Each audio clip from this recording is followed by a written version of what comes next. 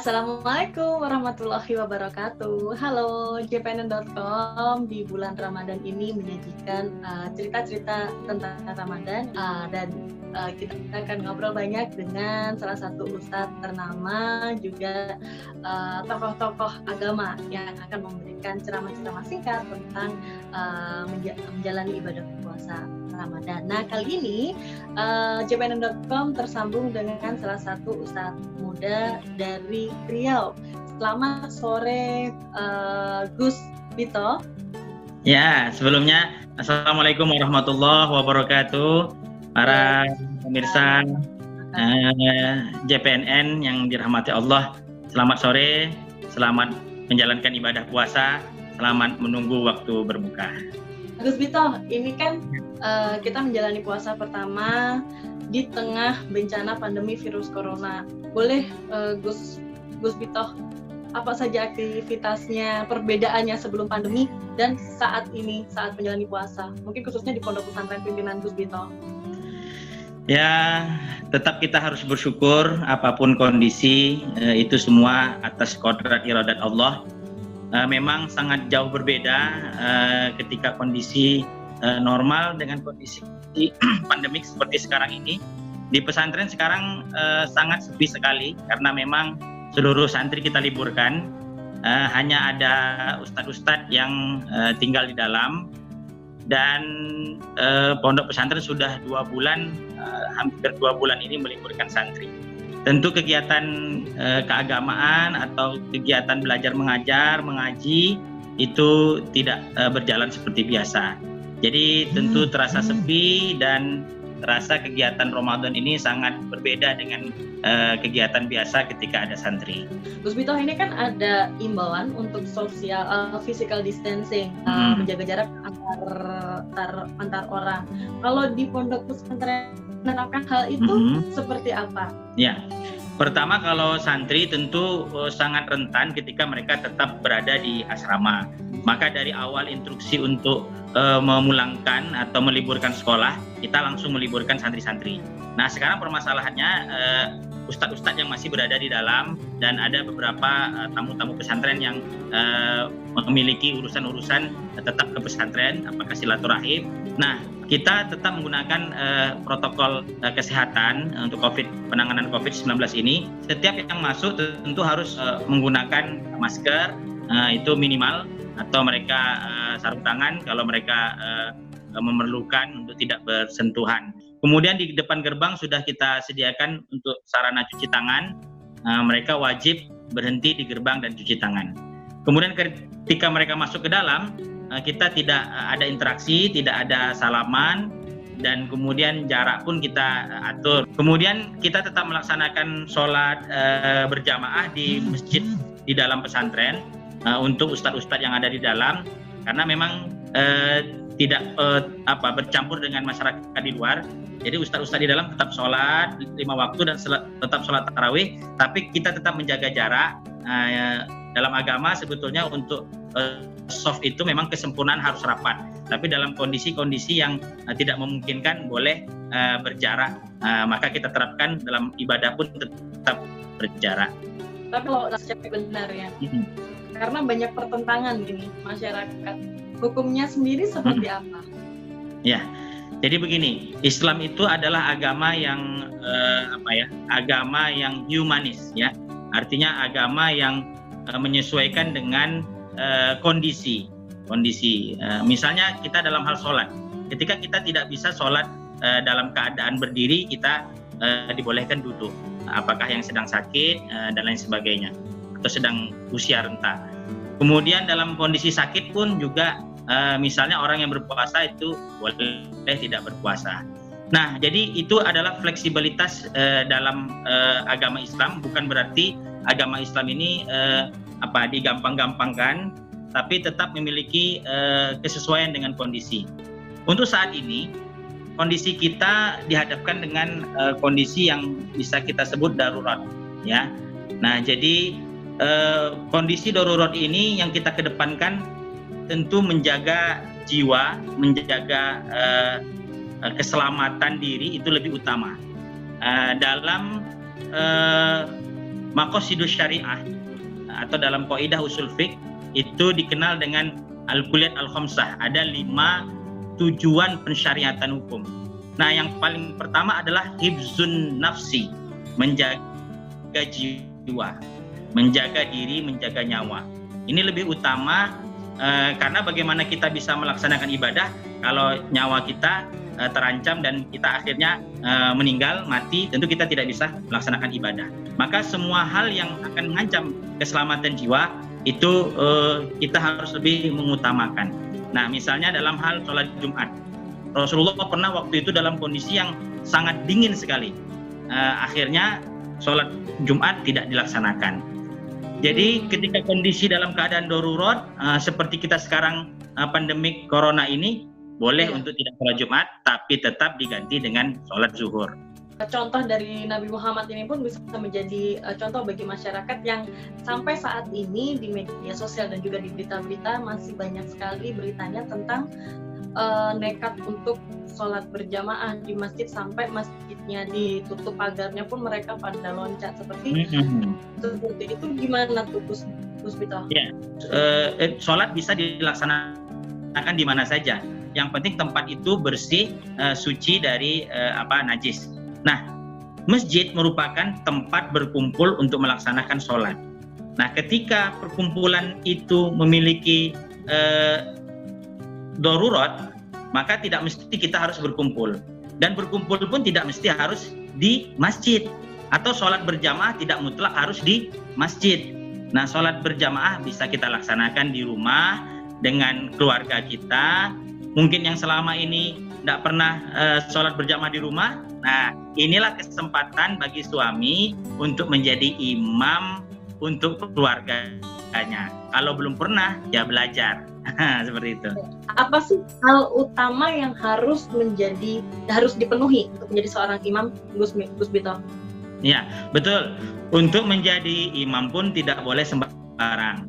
Yang pertama adalah ketika ada jamaah laki-laki dan perempuan, tentu yang menjadi imam harus laki-laki. Nah, kalau kecuali ketika makmumnya semua perempuan, itu boleh imamnya perempuan untuk jamaah kelompok perempuan. Nah, ketika ada laki-laki, tentu laki-laki yang lebih utama. Nah, laki-laki yang seperti apa? Yang pertama memang syarat itu adalah lebih utama bacaan, bukan usia. Kalau usia memang dianjurkan yang lebih tua, harapannya ya mudah-mudahan yang lebih tua ini lebih khusyuk, kemudian bacanya lebih bagus. Tapi kalau memang yang tua ini bacanya kurang bagus, ada yang lebih muda yang lebih bagus, itu dianjurkan yang bacanya lebih bagus. Dari semua ini pandemi kan saya melihat di media sosial lagi kalau pandemi ini memunculkan imam baru di dalam rumah, itu kan sebuah hal yang para wanita itu kebanyakan senang, akhirnya ada sosok imam di rumah saya. Apa sih Gus Bito hikmah dari yang bisa kita petik dari pandemi ini? Ya, yang pertama begini, selama ini kita seakan-akan terlarut dengan glamor dunia, orientasi dunia, keindahan dunia. Mungkin hikmah dari pandemi corona ini, Allah sedang memberikan kita kesempatan untuk bertahanus. Tahanus itu kalau Rasulullah dulu di Gua Hira yang menyendiri. Kalau bahasa sekarang ya stay at home lah gitu ya, di rumah saja. Kemudian kita berkholwat kepada Allah itu ya bagaimana kita dekat kepada Allah tanpa embel-embel urusan dunia. Jadi dengan kondisi pandemik ini memang betul kita dihadapkan dengan kondisi yang tidak bebas untuk melaksanakan aktivitas, kemudian kondisi ekonomi pun juga berpengaruh. Nah, mudah-mudahan ekonomi kita tetap baik. Kita ambil kesempatan untuk kita berada di rumah. Yang pertama, kita harus kembali kepada keluarga. Kalau selama ini kita jarang berkumpul dengan keluarga, ini kita harus maksimalkan kembali. Karena sebagai suami seperti saya, selain mengurusi pesantren, yang paling utama juga saya mendidik keluarga. Dalam ayat Al-Quran dikatakan ku anfusakum wa ahlikum naro. jagalah dirimu dan keluargamu dari siksaan api neraka. Kemudian juga coba kita beribadah betul-betul antara kita dengan Allah. Kalau selama ini kita ke masjid, bisa jadi kita ria, ingin dilihat orang, oh ini rajin ke masjid, masjid lebih nyaman atau banyak orang, kita jadi makmum. Bagaimana ketika kita di rumah kita sholat, betul-betul kita menghadap Allah di kesendirian kita, mungkin dalam kamar atau dengan keluarga kita betul-betul khusyuk menghadap Allah. Inilah betul-betul hubungan kita. Sholat itu adalah komunikasi antara seorang hamba dengan Allah, Sang Pencipta. Ini kita mau membahas dari COVID ini, banyak sekali bermunculan orang-orang baik dan mereka kabarnya itu banyak sekali di media sosial. Apakah itu bisa dikategorikan ria atau seperti apa? Sementara ada kasus kalau memang misalkan seorang artis, dia di-endorse lembaga untuk mengumpulkan donasi, tapi itu harus di-up di media sosial untuk diberitahu kepada masyarakat, karena itu adalah uang sumbangan dari banyak orang, harus dipublikasikan. Seperti ini hukumnya kasus seperti ini hukumnya seperti apa, Gus Vito? Iya. Nah, yang paling penting pertama adalah niat. Nah, jadi dalam hadis diriwayatkan kullul a'mal bin niat. Kalau memang niatnya karena Allah, maka dia akan mendapatkan pahala dari Allah.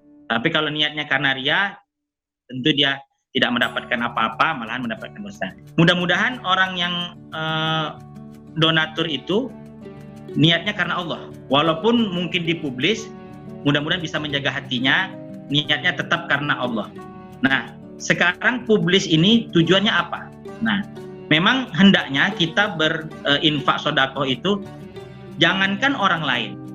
Kalau bisa, ini menurut Rasulullah, ketika tangan kanan memberi, maka tangan kiri tidak mengetahui. Ini luar biasa seperti ini.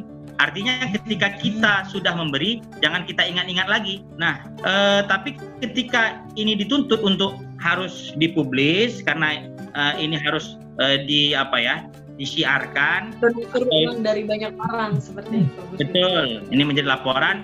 Maka ambil saja motivasinya seperti ini.